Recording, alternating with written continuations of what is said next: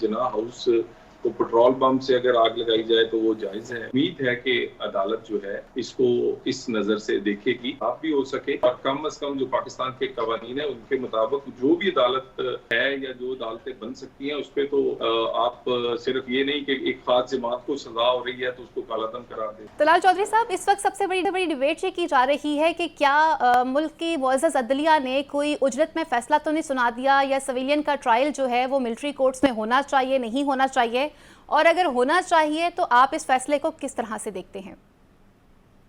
बिस्मिल्लाहिर्रहमानिर्रहीम। देखिए, इसके लिए कोई बहुत लंबी चौड़ी अंडरस्टैंडिंग की जरूरत नहीं है जी। और ये पाकिस्तान की 75 तारीख में पहली दफा ऐसा नहीं हुआ।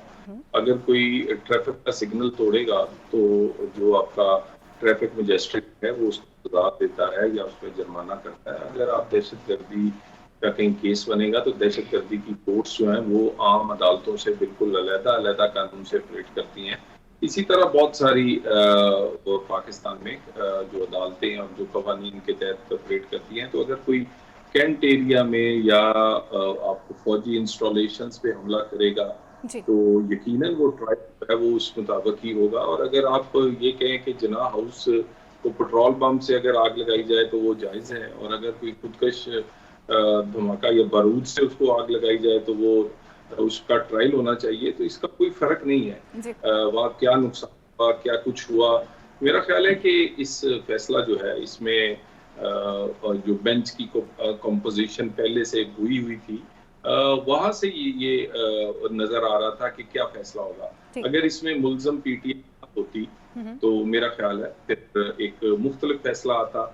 और वो पहले बहुत सारे केसेस में ट्रायल होते रहे जब पीटीआई की अपनी हुकूमत थी, सिविलियंस भी ट्रायल होते रहे और वो जो पाकिस्तान में मौजूद है उससे होते रहे। मेरा ख्याल है इसमें जो दोबारा रिव्यू और जो अपील होगी जिसका के हक हासिल है किसी हुकूमत को, तो उसमें उम्मीद है कि अदालत जो है इसको इस नजर से देखेगी कि जिसमें आप भी हो सके और कम से कम जो पाकिस्तान के कवानीन है उनके मुताबिक जो भी अदालत है या जो अदालतें बन सकती हैं उस पर तो आप सिर्फ ये नहीं कि एक खास जमात को सजा हो रही है तो उसको कालादम करार दें। जी।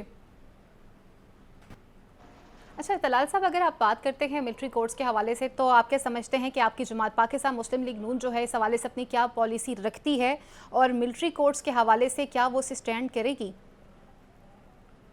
देखिए, हमारी स्टैंडिंग बिल्कुल क्लियर है कि तो इंसाफ होना चाहिए, इंसाफ के तमाम तकाज़े पूरे होने चाहिए। मिलिट्री कोर्ट्स पहली दफा वजूद में नहीं आई और पाकिस्तान में इंसाफ जो है वो इतना बहुत अच्छा नहीं है। पहले भी दहशतगर्दों को सजा देने के लिए स्पेसिफिकली मिलिट्री कोर्ट्स बनाई गई, एक कानून में तरमीम की गई, उसके बाद वो तरमीम अदालत में चैलेंज, अदालत ने उसको जायज करार दिया।